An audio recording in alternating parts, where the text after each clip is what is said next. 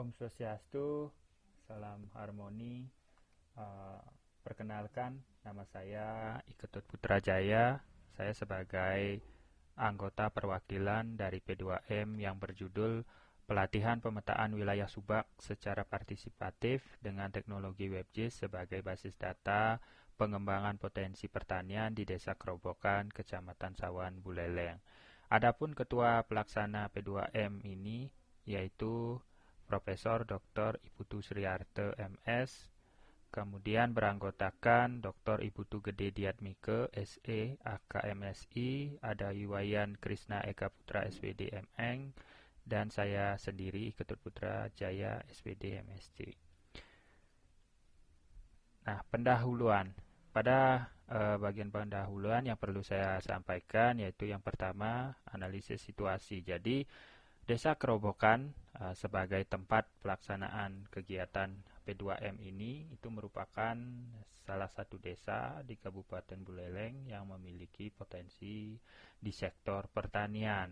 Namun potensi sektor pertanian perlu kita kembangkan, terutama berkaitan dengan publikasi potensi pertanian tersebut, sehingga kedepannya diharapkan dengan data yang tersedia secara online, yaitu teknologi pemetaan berbasis WebGIS. Jadi informasi berkaitan dengan potensi pertanian, terutama peta wilayah Subak, itu bisa diakses secara online oleh masyarakat. Kemudian adapun tujuan dari pelaksanaan P2M ini, yang pertama meningkatkan pengetahuan para pamong desa dan pengurus Subak tentang peran penting pemetaan partisipatif batas wilayah Subak untuk mengelola data potensi pertanian, dan yang kedua memberikan keterampilan kepada para pamong desa dan pengurus Subak dalam pembuatan peta partisipatif batas wilayah Subak, dan yang ketiga itu menghasilkan produk berupa peta partisipatif batas wilayah Subak sesuai kaidah kartografis. Nah, manfaat yang diperoleh dari pelaksanaan P2M ini ada manfaat pragmatis yang terdiri dari jasa pengetahuan tentang bagaimana pemetaan partisipatif berbasis WebGIS untuk wilayah Subak, kemudian keterampilan bagi para pamong desa untuk mengoperasikan WebGIS tersebut dalam melakukan pemetaan wilayah Subak, dan yang terakhir adalah produk yang dihasilkan yaitu WebGIS dari peta wilayah Subak di Desa Kerobokan. Nah, lantas manfaat saintifik yang bisa diperoleh yaitu terkait luaran berupa artikel ilmiah yang dipublikasi di proceeding nasional ya, sebagai literasi dalam pengembangan kegiatan-kegiatan P2M berikutnya. Mengenai metode pelaksanaan, nah ada tahapan, kemudian metode dan target luaran.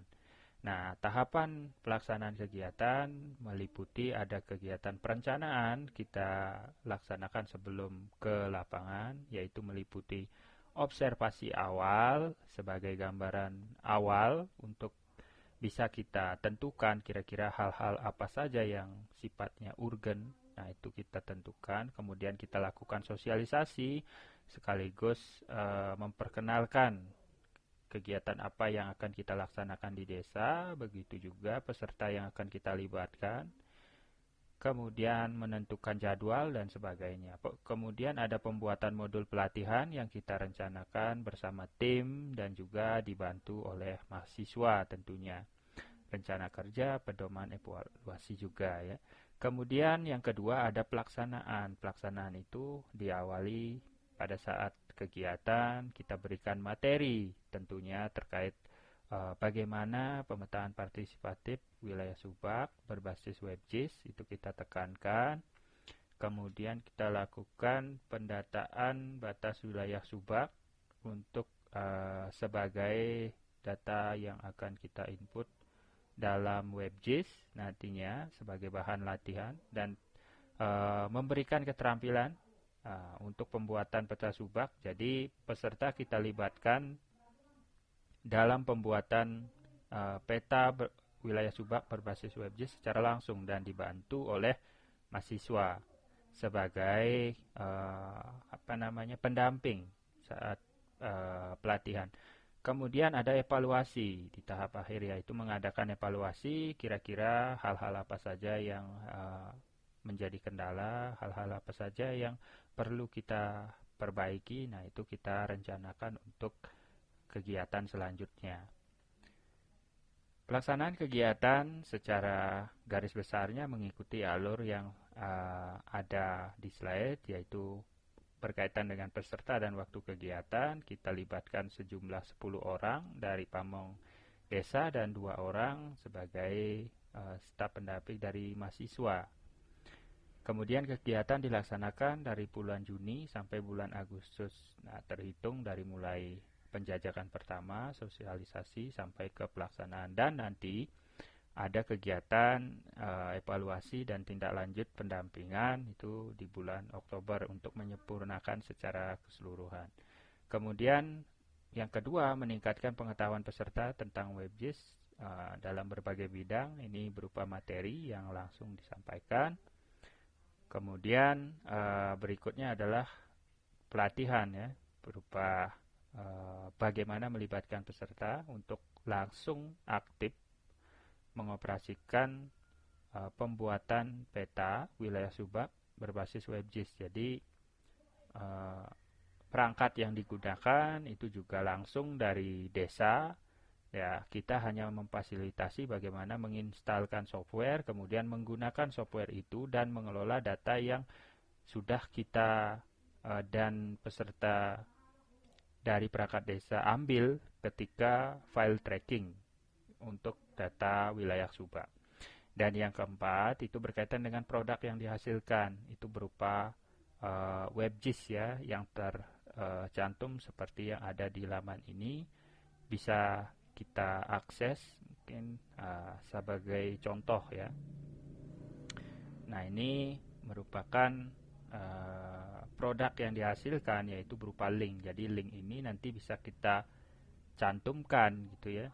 Kita cantumkan di website misalnya, atau di informasi-informasi penunjang lainnya yang ada di desa yang sekiranya nanti bisa dimanfaatkan untuk kepentingan bersama, ya, untuk diakses oleh masyarakat secara umum.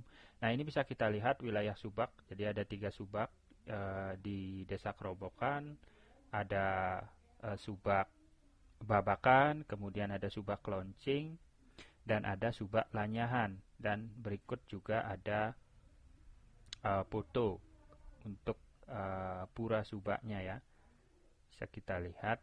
Nah, ini WebGIS ini memerlukan koneksi internet, ya. Jadi kalau koneksi internetnya lancar, nah foto yang ditampilkan juga cepat seperti yang saya tampilkan di sini, ya.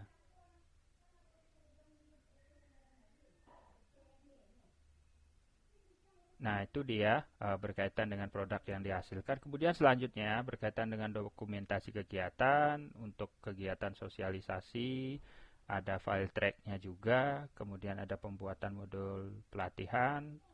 Kemudian kegiatan pelatihan dan pendampingan. Dan terakhir produk yang dihasilkan bisa kita lihat di sini, ya.